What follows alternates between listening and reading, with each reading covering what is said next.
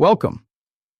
Today, we're diving into one of the most important concepts in trading, liquidity. Now, you've probably heard this word thrown around everywhere. But what is liquidity, and why does it matter? Here's the thing. Liquidity determines whether you can actually execute your trades. You can have the best analysis, perfect setup, great timing, but if you don't understand liquidity, your edge disappears the moment you click that button. In this video, you'll discover how price actually moves through markets, why spreads exist and what they cost you, when to trade and when to wait, and how to read charts as liquidity maps. So let's start with the foundation. Simple question, right? How does price move? Textbooks say supply and demand. Technically correct.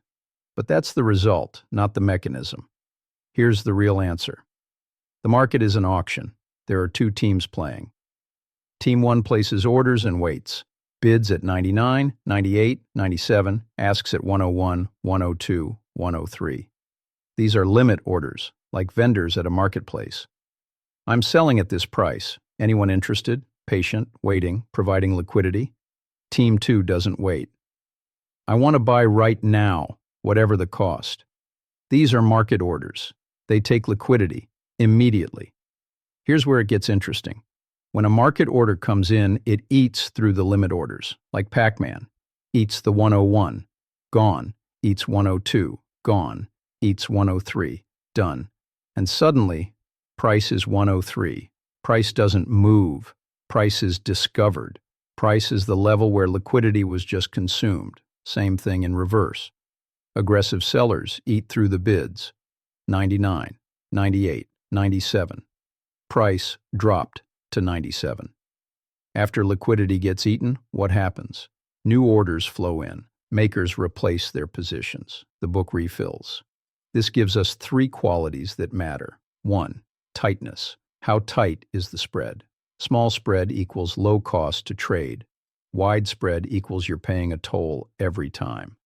2. Depth. How much size is available near the current price? Thick book? You can trade size without moving price. Thin book? Your small order creates a big price move. 3. Resilience. This one's subtle. How fast does liquidity refill after being consumed? Fast refill, high liquidity market, orders flow back quickly. Slow refill, price gaps, market feels unstable, tight spread, deep book, fast refill. These three qualities define your execution reality. Now connect this to a chart. When you see a big green candle, that's aggressive buyers eating through every sell order from bottom to top. The candle is just the footprint. The order book is the invisible engine. Big red candle, aggressive sellers consuming every bid level by level. You're not seeing price move. You're seeing consumption. That's the engine. Simple, mechanical, logical. But there's more to liquidity than just the order book. There are actually three types, and they're connected. Most traders think liquidity is just one thing. Order book depth, tight spreads, easy fills. But liquidity operates on three layers, and they interact. When one layer fails, the others collapse. Layer 1, market liquidity. This is trading liquidity. Can you buy and sell easily? Tight spreads. Good depth. Fast fills. That's high market liquidity. This is what most people think liquidity means. Layer 2, funding liquidity. This one's less obvious, but critical. Can traders and firms raise cash or margin to hold positions if funding tightens? Traders can't get leverage. Firms face margin calls. They're forced to sell, even if they don't want to, even if their analysis is right. And when everyone is forced to sell at once, market liquidity collapses, spreads explode, depth vanishes. Layer 3, macro liquidity, the big picture. Central bank policy, interest rates, quantitative easing or tightening. How easy or tight is money in the system? Easy money, low rates, quantitative easing, liquidity is abundant. Risk assets pump. Tight money, high rates, quantitative tightening, liquidity dries up. Everything sells off. Here's the key. These three layers are connected. Macro liquidity is the tide. Funding liquidity is the current. Market liquidity is the wave.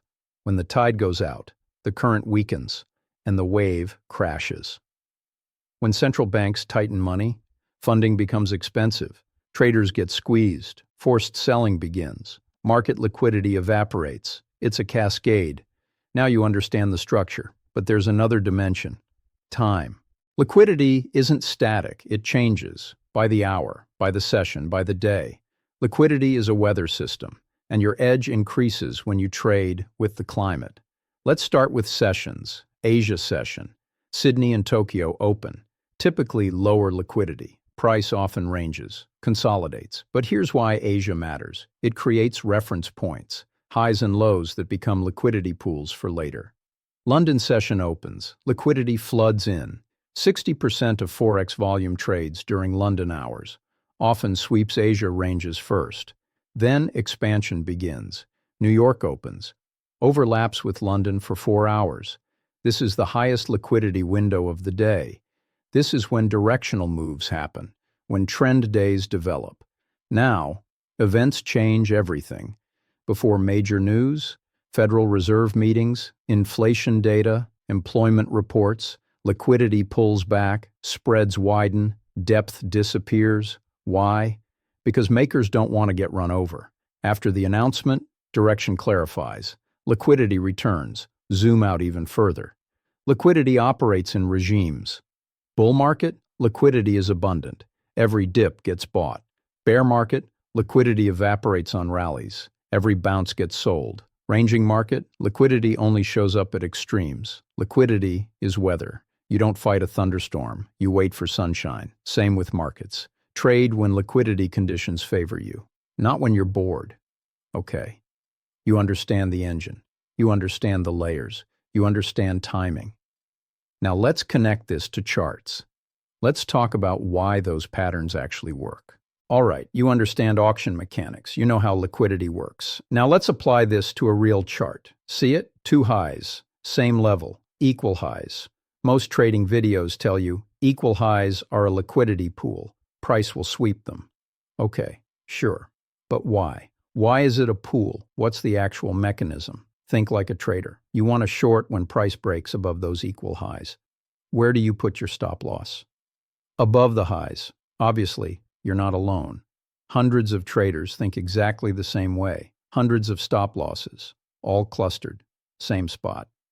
And what is a stop loss order? A market order waiting to be triggered. Stop loss on a short position? That's a market buy order, just sitting there, waiting. Price moves up, approaches the equal highs, touches them, breaks above. Boom, stops trigger. Hundreds of market buy orders hit the book. That provides fuel, liquidity consumed. Then, the real move begins. Down, price sweeps up, grabs the liquidity, then reverses hard. This isn't manipulation, it's efficiency. The market needs liquidity to move size. It goes to the most obvious place to find it. Same logic applies everywhere. Trend lines? Everyone's stop is below the trend line. Sweep down, trigger stops, reverse up. Round numbers? $100, $50, psychological levels. Everyone watching. Stops cluster there too. Support resistance flips? First test often fails. Why? Because breakout traders cluster at the obvious level. Equal highs, equal lows, trend lines, round numbers, support resistance flips. They all work for the same reason. Humans cluster orders at obvious places. Retail trader thinks, they hunted my stop. Reality, market hunted a cluster.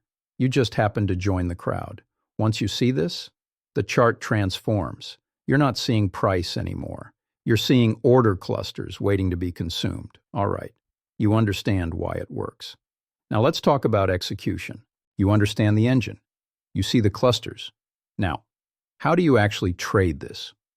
4 steps, every single day. Step 1, check the environment. Is the spread normal? Is depth acceptable? Any major events coming? If environment is bad, wait. Don't force trades. Step 2, map the clusters. Where are the obvious levels? Equal highs and lows. Session ranges, Asia highs and lows, round numbers, old support resistance. Mark them all. Create your map. Step 3. Wait for clarity. Does price sweep a pool and reclaim, or sweep and get rejected? Sweep plus reclaim, that's acceptance. Fuel acquired, go time. Sweep plus rejection, that's a trap. Failed grab. Step 4. Execute smart. Choose the right order type. Limit orders when liquidity is stable. Market orders only when you're accepting slippage. Size your position for the environment.